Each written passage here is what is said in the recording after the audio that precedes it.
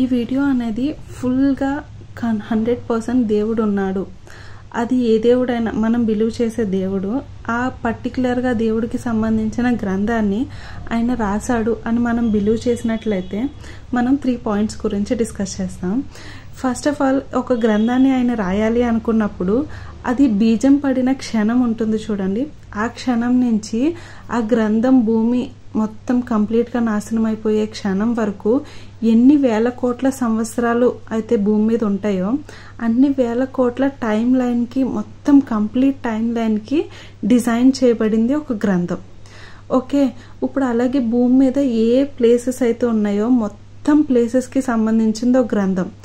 ఈ హిందువులు ఇండియాలో మాత్రమే ఉంటుంది హిందూ మతం అఫీషియల్గా అనుకున్నా కూడా, మనం ఏ ప్లేస్కి వెళ్ళి ఆ దేవుడిని పిలిచినా, ఆ దేవుడికి ప్రార్థన చేసినా కూడా ఆయన వింటాడు. అంటే మొత్తం అన్ని ప్లేసెస్కి సంబంధించింది ఆ దేవుడు.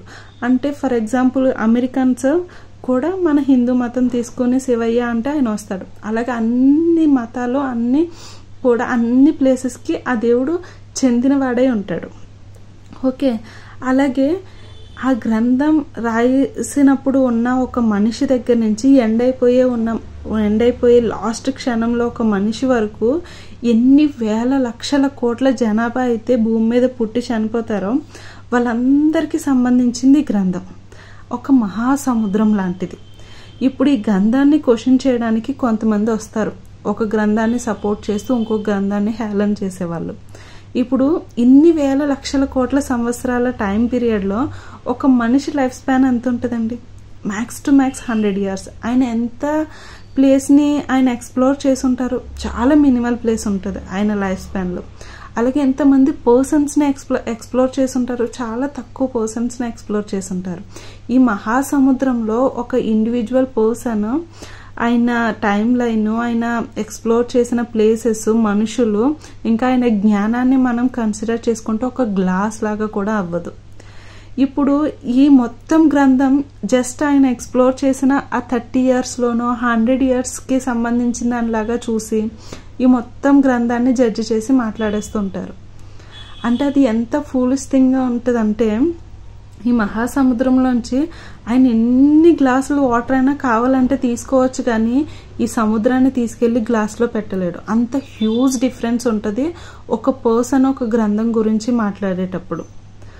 ఓకే, అది ఏ గ్రంథమైనా అవ్వచ్చు, బైబిల్, మహాభారతం అవ్వచ్చు, బైబిల్ అవ్వచ్చు, ఖురాన్ అవ్వచ్చు, ఏ గ్రంథమైనా కూడా ఈ లాజిక్ అనేది అప్లై అవుతుంది. అలాగే ఇంకో సెకండ్ పాయింట్, ఇప్పుడు ఒకటే టైం పీరియడ్లో ఒకటే ప్లేస్లో పెరిగిన ఒక 10 different ఆఫ్ పర్సన్స్ని తీసుకుని ఒక గ్రంథాన్ని ఇచ్చినప్పుడు వాళ్ళ నుంచి 10 different ఆఫ్ ఒపీనియన్స్ వస్తాయి. ఇప్పుడు ఒక పర్సన్ ఈ లెవెల్లో చెప్పాడు అనుకోండి, ఇంతకన్నా తక్కువ మెచ్యూరిటీ లెవెల్స్ ఉన్న వాళ్ళందరికీ కూడా ఈయన ఒక లాజిక్కి కన్విన్స్ అయిపోయి ఫాలోవర్స్ అయిపోతారు. ఇప్పుడు ఇంతకన్నా హయ్యర్ మెచ్యూరిటీ లెవెల్స్ ఉన్న వాళ్ళకి ఎలా ఉంటుంది? ఈయన మాటలు పిచ్చి మాటల్లాగా ఉంటాయి కదా. కానీ చాలామంది ఏం చేస్తారంటే ఈయన మాటల్ని తప్పు పట్టకుండా డైరెక్ట్ అటాక్ ఎక్కడ చేస్తారు తెలుసా? గ్రంథం మీద చేస్తారు. ఈయన గ్రంథంలో ఒక పర్సన్ అనేది గ్రంథంలో ఉన్నది ఉన్నట్టు యాజ్ ఇట్ ఈజ్ అంతే, దేవుడు అంత తెలుగుగా ఆ గ్రంథాన్ని ఎలా రాస్తాడో అంతే తెలుగుగా ఎక్స్ప్లెయిన్ చేస్తున్నాడని మీరు 100% చెప్పగలరా? అంత మెచ్యూరిటీ లెవెల్ అనేది ఆయనకు ఉండదు. ఆ గ్రంథంలో ఉన్నదాన్ని ఈయన మెచ్యూరిటీ లెవెల్స్లో అర్థం చేసుకుని ఎక్స్ప్లెయిన్ చేస్తాడు. అంటే హ్యూజ్ డిఫరెన్స్ ఉంటుంది రెండాటికి కూడా.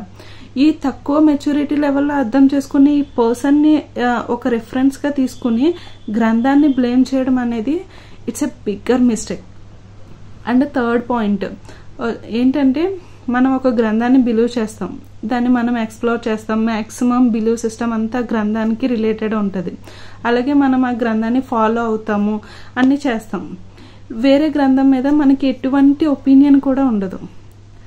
జస్ట్ తప్పులు ఎతకడానికో ఇంకోదానికో ఆ గ్రంథాన్ని తీసుకుని మనం తప్పులు ఎతకాలి అని అనుకుంటే, రియల్గా అనుకుంటే ఎందులో తప్పులు ఎతకలేమండి? ప్రతి దాంట్లోనే తప్పులు ఎతుకుతాం.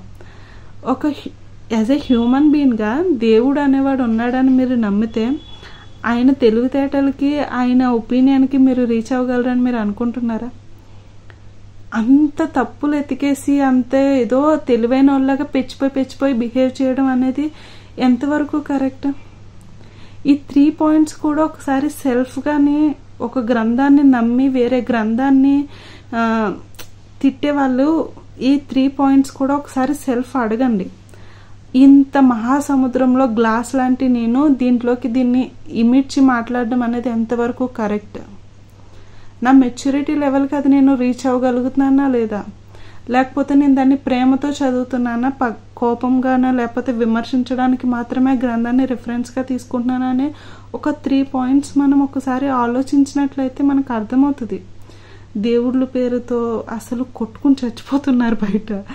మీకు ఎవరికన్నా ఈ వర్డ్స్ అనేవి కొంచెం యూస్ఫుల్గా అనిపిస్తే అలాంటి ఒక మెంటాలిటీ ఉన్న వాళ్ళకి షేర్ చేయండి. కొంచెమైనా మారాల్సిన అవసరం లేదు, కానీ ఒక్క అర సెకండ్ అయినా ఆగి ఆలోచిస్తారేమో చూద్దాం.